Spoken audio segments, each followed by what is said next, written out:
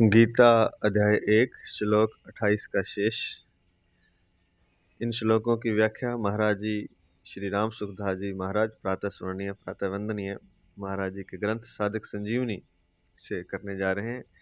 कल के 28वें श्लोक के शुरुआत में हमने देखा कि विषिदन्नि इदम ब्रवीत, विषिदन इदम ब्रवीत, युद्ध के परिणाम में कुटुंब की, कुल की, देश की क्या दशा होगी, इसको लेकर अर्जुन बहुत दुखी हो रहे हैं और विषाद से युक्त होकर के इस प्रकार बोले, दुखी हो रहे हैं। और उस अवस्था में ये वचन बोलते हैं जिसका वर्णन आगे के श्लोकों में हम करने जा रहे हैं।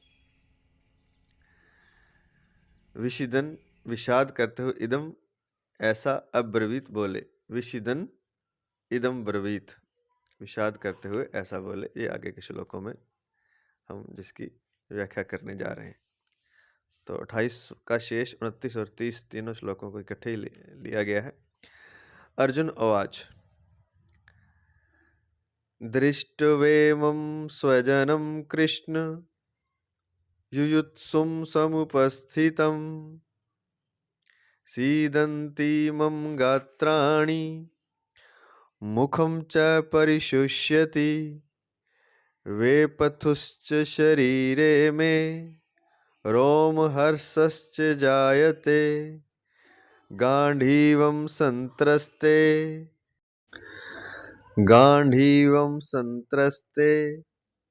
हस्तात् त्वक् चैव परिदह्यते न च शक्नोम्यवस्थातुं भ्रमतीव च मे मनः।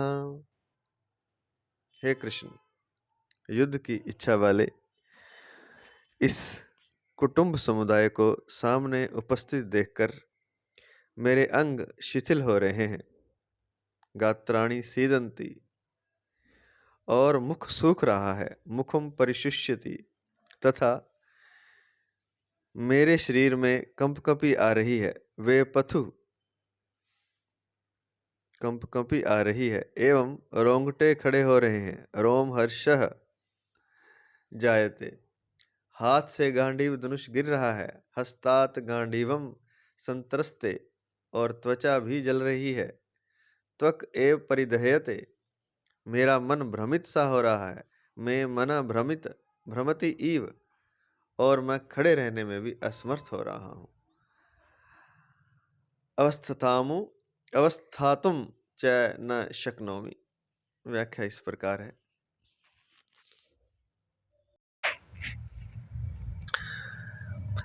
दृष्टवेमं स्वजनम कृष्ण युयुत्सुम समुपस्थितम, अर्जुन को कृष्ण नाम बहुत प्रिय था।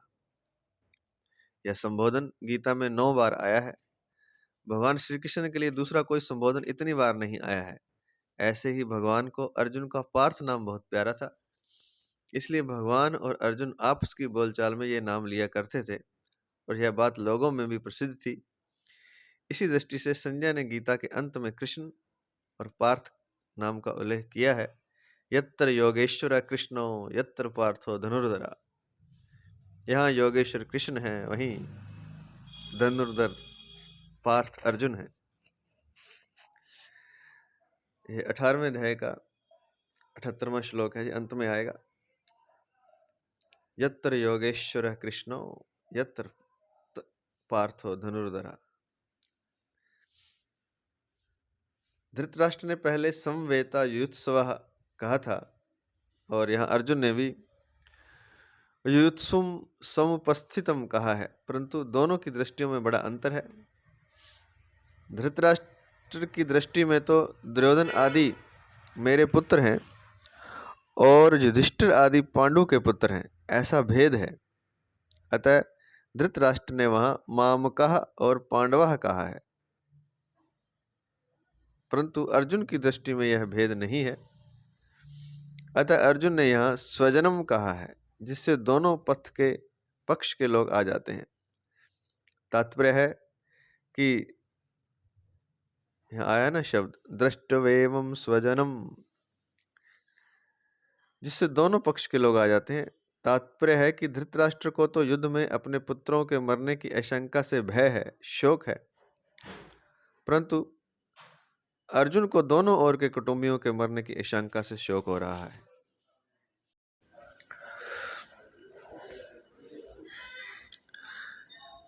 कि किसी भी तरफ का कोई भी मरे, पर वह है तो हमारा ही कुटुंबी। अब तक दृष्टवा पद 3 बार आया है। दृष्टवा तु पांडवानीकम, व्यवस्थितान दृष्टवा धार्तराष्ट्रान,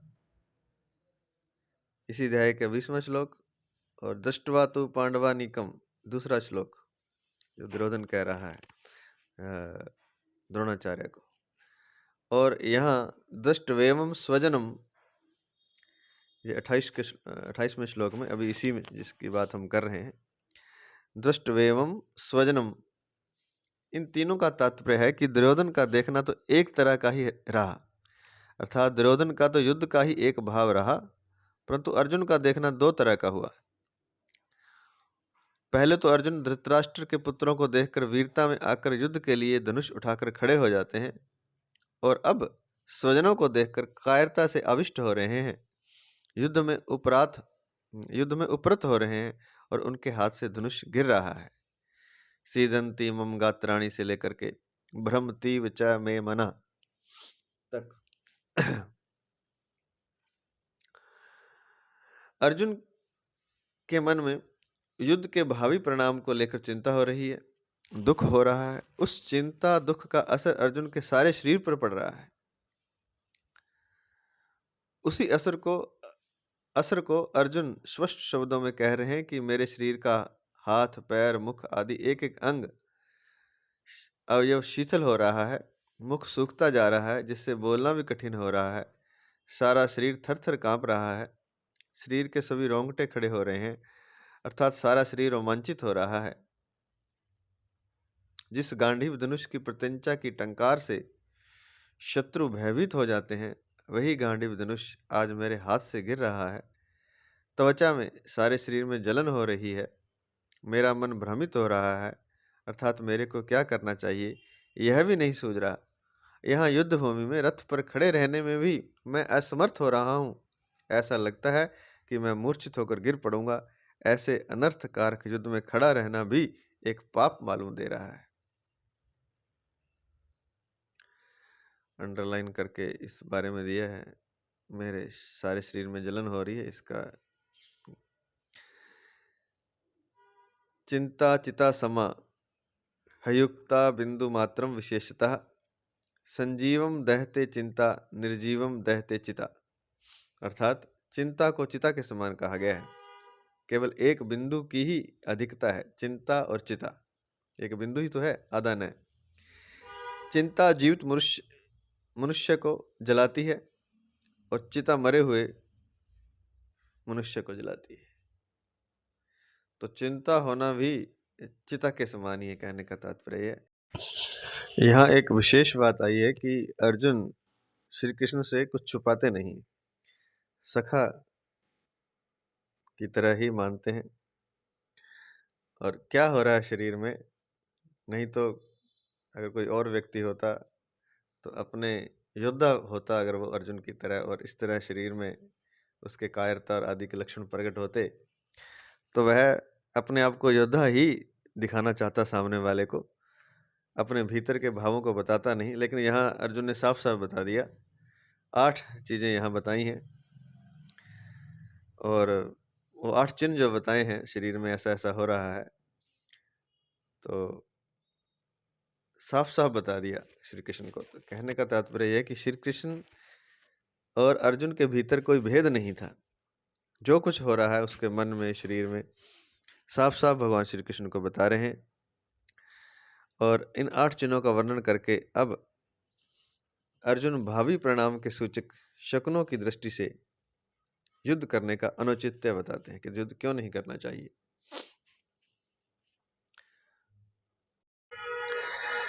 निमित्तानि च पश्यामि विपरीतानि केशव, न च श्रेयोनुपश्यामि हत्वा स्वजन्माहवे। श्लोक नंबर 31 है ये पहले अध्याय का। हे केशव, मैं लक्षणों को अर्थात शकुनों को भी विपरीत देख रहा हूँ, निमित्तानी, और युद्ध में स्वजनों को मारकर श्रेय अर्थात लाभ भी नहीं देख रहा हूँ। व्याख्या इस प्रकार है, निमित्तानि च पश्यामि विपरीतानि केशवा। हे केशव, मैं शकुनों को भी विपरीत देख रहा हूँ। जितने भी शकुन होते हैं, अंडरलाइन करके नीचे दिया हुआ है, वे किसी अच्छी या बुरी घटना के होने में निमित्त नहीं होते, अर्थात वे किसी घटना के निर्माता नहीं होते, परंतु भावी घटना की सूचना देने वाले होते हैं। शकुन से घटना नहीं घटती, घटना तो घटने वाली होती है। अर्थात कहने का तात्पर्य है कि उन शकुनों से सूचना मिलती है कि आगे क्या होने वाला है, लेकिन घटना उन शकुनों से नहीं बनती, घटना तो पहले बनी हुई है। शकुन बताने वाले प्राणी भी वास्तव में शकुनों को बताते नहीं है, किंतु उनकी स्वाभाविक चेष्टा से शकुन सूचित होते हैं।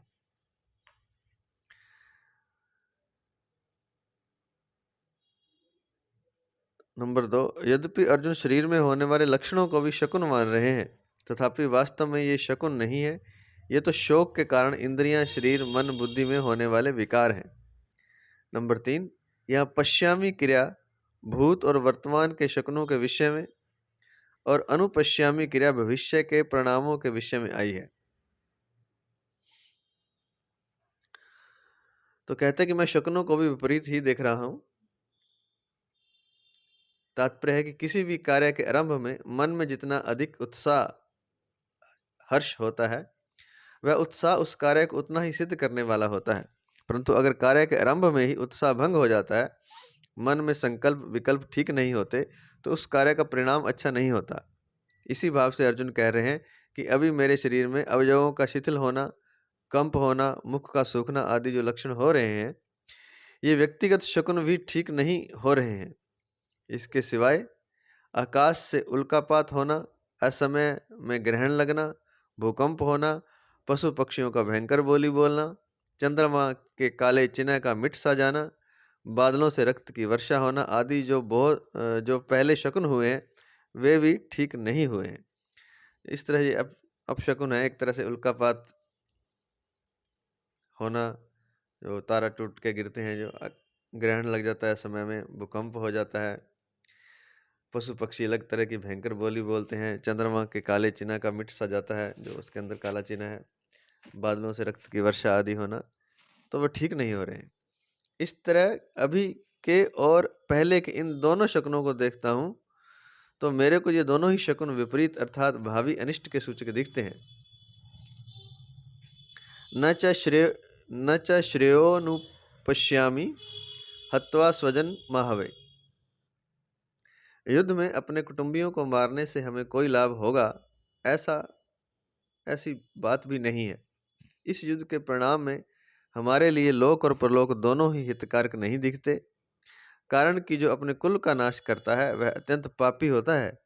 अतः कुल का नाश करने से हमें पाप ही लगेगा, जिससे नरकों की प्राप्ति होगी। इस श्लोक में निमित्तानि पश्यामि और श्रेयः अनुपश्यामि, इन दोनों वाक्यों से अर्जुन यह कहना चाहते हैं कि मैं शकुनों को देखूं अथवा स्वयं विचार करूं, दोनों ही रीति से युद्ध का आरंभ और उसका परिणाम हमारे लिए और संसार मात्र के लिए हितकारक नहीं दिखता। अगला श्लोक 32वां, जिसमें न तो शुभ शकुन दिखते हैं और न श्रेय ही दिखता है, ऐसी अनिष्टकारक विजय को प्राप्त करने की अनिच्छा अर्जुन अपने आगे के श्लोकों में प्रकट करते हैं। श्लोक नंबर 32, न कांक्षे विजयम कृष्ण न च राज्यम सुखानि च किम नो राज्येन गोविंद किम भोगैर्जीवितेन वा। हे कृष्ण, मैं न तो विजय चाहता हूँ, न कांक्षे विजयम, न राज्य चाहता हूँ, न च राज्यम सुखानि, न राज्य का सुख चाहता हूँ, और न सुखों को ही चाहता हूँ। हे गोविंद, हम लोगों को राज्य से क्या लाभ, भोगों से क्या लाभ, अथवा जीने से भी क्या लाभ। व्याख्या इस प्रकार है, न कांक्षे विजयम कृष्ण न च राज्यम सुखानी च। मान लें कि युद्ध में हमारी विजय हो जाए तो विजय होने से पूरी पृथ्वी पर हमारा राज्य हो जाएगा, अधिकार हो जाएगा। पृथ्वी का राज्य मिलने से हमें अनेक प्रकार के सुख मिलेंगे, परंतु इससे मैं कुछ भी नहीं चाहता। इसमें से मैं कुछ भी नहीं चाहता, अर्थात मेरे मन में विजय, राज्य एवं सुखों की कामना नहीं है। तो मैं क्यों युद्ध करूं? किम नो राज्यन गोविंद किम भोगेर जीवितेन वा। जब हमारे मन में किसी प्रकार की कामना ही नहीं है, ना विजय की, ना राज्य की, ना सुख की, तो फिर कितना ही बड़ा राज्य क्यों ना मिल जाए, पर उससे हमें क्या लाभ? कितने ही सुंदर सुंदर भोग मिल जाएं, पर उनसे हमें क्या लाभ? अथवा कुटुंबियों को मारकर हम राज्य के सुख भोगते हुए कितने ही वर्ष जीते रहे, पर उससे भी हमें क्या लाभ? तात्पर्य है कि ये विजय, राज्य और भोग तभी सुख दे सकते हैं जब भीतर में इनकी कामना हो, प्रियता हो, महत्व हो, परंतु हमारे भीतर तो इनकी कामना ही नहीं है। अतः ये हमें क्या सुख दे सकते हैं? इन कुटुंबियों को मारकर हमारी जीने की भी इच्छा नहीं है, क्योंकि जब हमारे कुटुंबी मर जाएंगे तब ये राज्य और भोग किसके काम आएंगे? राज्य भोग आदि तो कुटुंब के लिए होते हैं, परिवार के लिए होते हैं, पर जब ये ही मर जाएंगे तब इनको कौन भोगेगा? भोगने की बात तो दूर रही, उल्टे हमें और अधिक चिंता और अधिक शोक होंगे। अर्जुन विजय आदि क्यों नहीं चाहते, इसका हेतु आगे के श्लोक में बताते हैं। श्लोक नंबर 33। येषाम् अर्थे कांक्षितम् नो राज्यं भोगा सुखानि च त इमेव स्थिता युद्धे प्राणास्त्यक्त्वा धनानि च। जिनके लिए हमारी राज्य, भोग और सुख की इच्छा है, वे ही ये सब अपने प्राणों की और धन की आशा का त्याग करके युद्ध में खड़े हैं। अर्थात जिनके लिए हम जीतना चाहते हैं अपने परिवार के लिए, तो वही तो युद्ध के लिए खड़े हैं। वो तो प्राणों को त्याग कर खड़े हैं, तो जीतना किस लिए, युद्ध किस लिए करना है? व्याख्या इस प्रकार है। येषाम अर्थे कांक्षितम नो राज्यम भोगा सुखानि च। हम राज्य या सुख भोग आदि जो कुछ चाहते हैं, उनको अपने व्यक्तिगत सुख के लिए नहीं चाहते, प्रत्युत इन कुटुंबियों, प्रेमियों, मित्रों आदि के लिए ही तो चाहते हैं। आचार्यों, पिताओं, पितामहों, पुत्रों आदि को सुख आराम पहुंचे, इनकी सेवा हो जाए, ये प्रसन्न रहे, इसके लिए तो हम युद्ध करके राज्य लेना चाहते हैं, भोग सामग्री इकट्ठी करना चाहते हैं। ता इमे वस्थिता युद्धे प्राणांस त्यक्त्वा धनानि च। पर वे ही ये सब के सब अपने प्राणों की और धन की आशा को छोड़कर युद्ध करने के लिए हमारे सामने इस रणभूमि में खड़े हैं। इन्होंने ऐसा विचार कर लिया है कि हम ना प्राणों का मोह है, कि हमें ना प्राणों का मोह है, ना धन की तृष्णा है। हम मर बेशक जाएं, पर युद्ध से हटेंगे नहीं। अगर ये सब मर ही जाएंगे, पिता, दादा, पुत्र, पितामह, रिश्तेदार आदि, तो फिर हमें राज्य किसके लिए चाहिए? सुख किसके लिए चाहिए? धन किसके लिए चाहिए? अर्थात इन सब की इच्छा हम किसके लिए करें? प्राणास त्यक्त्वा धनानि च का तात्पर्य है कि वे प्राणों की और धन की आशा का त्याग करके खड़े हैं, अर्थात हम जीवित रहेंगे और हमें धन मिलेगा, इस इच्छा को छोड़कर वे खड़े हैं। अगर उनमें प्राणों की और धन की इच्छा होती तो वे मरने के लिए युद्ध में क्यों खड़े होते? अतः यह प्राण और धन का त्याग करने का तात्पर्य उनकी आशा का त्याग करने में ही है।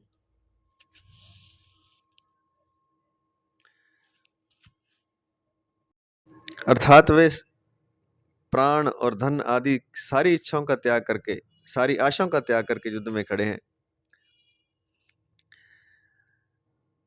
आगे के श्लोक में, जिनके लिए हम राज्य, भोग और सुख चाहते हैं, वे लोग कौन है, इसका वर्णन अर्जुन आगे के 2 श्लोकों में करते हैं। श्लोक नंबर 34। आचार्य पितर पुत्रास्तथैव च पितामह मातुलः श्वशुरः पौत्रः श्यालाः संबंधिनस्तथा। अगला श्लोक, श्लोक नंबर 35। एतान् हन्तुमिच्छामि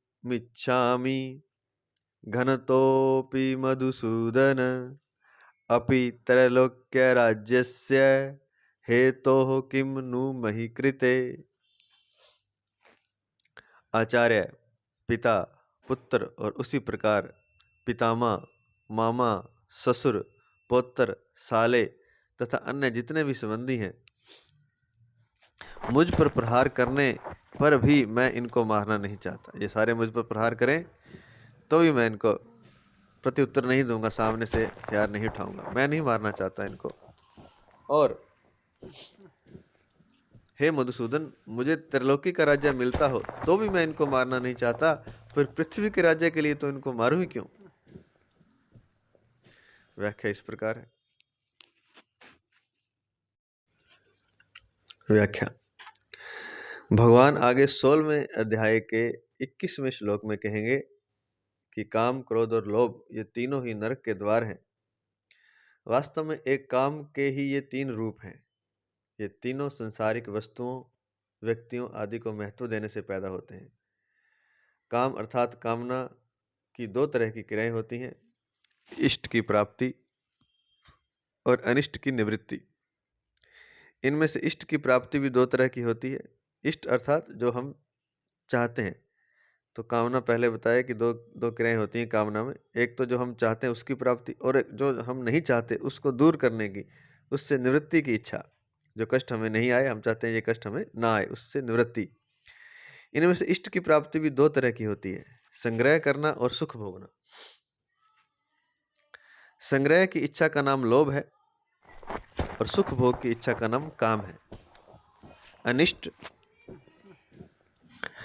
अनिष्ट की निवृत्ति में बाधा पड़ने पर क्रोध आता है, अर्थात भोगों की, संग्रह की प्राप्ति में बाधा देने वालों पर अथवा हमारा अनिष्ट करने वालों पर, हमारे शरीर का नाश करने वालों पर क्रोध आता है, जिससे अनिष्ट करने वालों का नाश करने की क्रिया होती है। जिससे जो अनिष्ट करना चाहता है उसका हम नाश करना चाहते हैं। इससे सिद्ध हुआ कि युद्ध में मनुष्य की दो तरह से ही प्रवृत्ति होती है, अनिष्ट की निवृत्ति के लिए अर्थात अपने क्रोध को सफल बनाने के लिए, और इष्ट की प्राप्ति के लिए अर्थात लोभ की पूर्ति के लिए। तो युद्ध में दो ही चीजें हैं कि अपना जो क्रोध आया है वो सफल हो जाए। दूसरों को मारना चाहता है क्योंकि वो बाधा बन रहे हैं, तो अपना क्रोध आ रहा है तो उस क्रोध सफल हो जाएगा, क्रोध को सफल बनाने के लिए और लोभ की पूर्ति के लिए। परंतु अर्जुन यहाँ इन दोनों ही बातों का निषेध कर रहे हैं।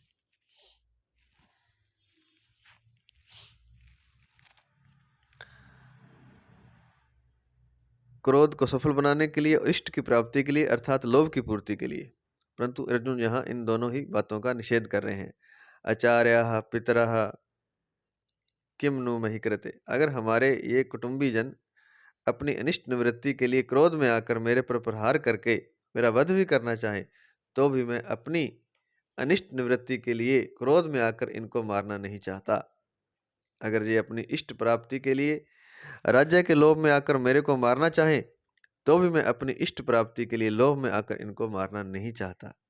तात्पर्य यह हुआ कि क्रोध और लोभ में आकर मेरे को नरकों का दरवाजा मोल नहीं लेना है, क्योंकि अभी बताया है कि अगले 16वें अध्याय के 21वें श्लोक में भगवान कहेंगे काम, क्रोध और लोभ ये नरक के द्वार है।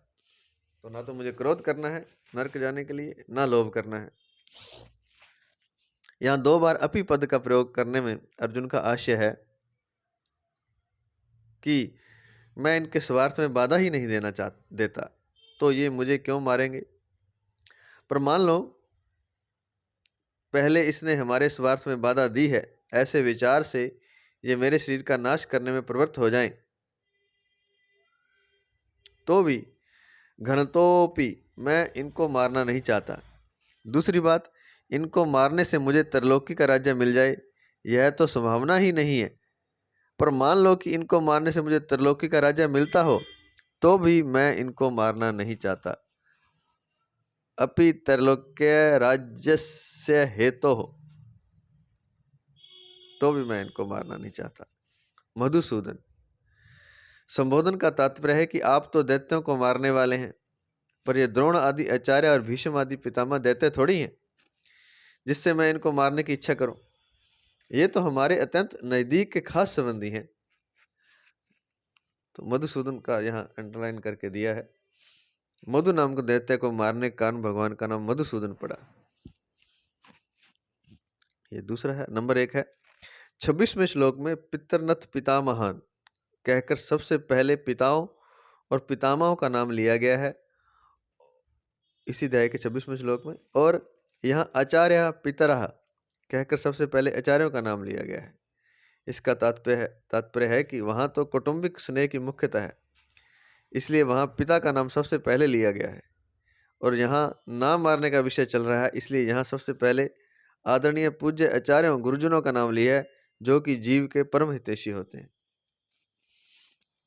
और मधुसूदन इसलिए कहा कि वो दैत्य, मधु नाम को दैत्य को मारने का नाम, भगवान का नाम मधुसूदन पड़ा।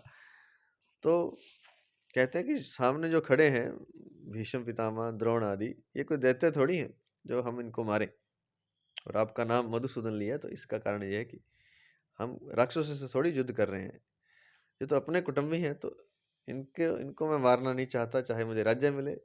कहता है कि इस पृथ्वी की बात तो क्या, अर्जुन कहते हैं, त्रिलोकी का राज्य मिले तो भी मैं नहीं मारना चाहता। अपि त्रिलोक्य राज्यस्य हेतु किम नु महि कृते। भूमि की अर्थात पृथ्वी की तो बात ही क्या है। अगला शब्द आचार्य। इन कुटुंबियों में जिन द्रोणाचार्य आदि से हमारा विद्या का, हित का संबंध है, ऐसे पूज्य आचार्यों की मेरे को सेवा करनी चाहिए, न कि उनके साथ लड़ाई करनी चाहिए। आचार्य के चरणों में तो अपने आप को, अपने प्राणों को भी समर्पित कर देना चाहिए, यही हमारे लिए उचित है। पितरः, शरीर के संबंध को लेकर जो पिता लोग हैं, उनका ही तो रूप यह हमारा शरीर है। शरीर से उनके स्वरूप होकर हम क्रोध या लोभ में आकर अपने उन पिताओं को कैसे मारे। पुत्राः, हमारे और भाइयों के जो पुत्र हैं, वे तो सर्वथा पालन करने योग्य हैं। बच्चों का तो पालन करना चाहिए, पुत्रों का पालन करना चाहिए। वे हमारे विपरीत कोई क्रिया भी कर बैठे तो भी उनका पालन करना ही हमारा धर्म है। पितामह, ऐसे ही जो पितामह हैं, दादा आदि हैं, परदादा हैं, वे सब हमारे पिताजी के भी पूज्य हैं, तब हमारे लिए तो परम पूज्य हैं। वे हमारी ताड़ना कर सकते हैं, वे हमें मार सकते हैं, पर हमारी तो ऐसी चेष्टा होनी चाहिए जिससे उनको किसी तरह का दुख ना हो, कष्ट ना हो, प्रत्युत उनको सुख हो, आराम हो, उनकी सेवा हो। मातुलाह, हमारे जो मामा लोग हैं, वे हमारा पालन पोषण करने वाली माताओं के ही भाई हैं, अतः वे माताओं के समान ही पूज्य होने चाहिए। स्वसुराह, जो हमारे ससुर हैं, ये मेरी और मेरे भाइयों की पत्नियों के पूज्य पिताजी हैं, अतः ये हमारे लिए भी पिता के ही तुल्य हैं, इनको भी कैसे मारना चाहूं। पुत्राः, हमारे पुत्रों के जो पुत्र हैं, वे तो पुत्रों से भी अधिक पालन पोषण करने योग्य हैं। श्यालाः, हमारे जो साले हैं, वे भी हम लोगों की पत्नियों के प्यारे भैया हैं, उनको भी कैसे मारा जाए।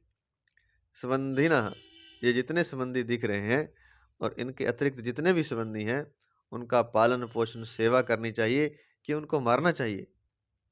उनकी तो सेवा करनी चाहिए, उनको मारना थोड़ी चाहिए। इनको मारने से अगर हमें त्रिलोकी का राज्य भी मिल जाए तो भी क्या इनको मारना उचित है? इनको मारना तो सर्वथा अनुचित है। ओम श्रीमद् भगवद गीता सुपनिषत्सु ब्रह्म विद्याम योग शास्त्र की जय हो। भगवान श्री कृष्ण की जय। आज इतना ही।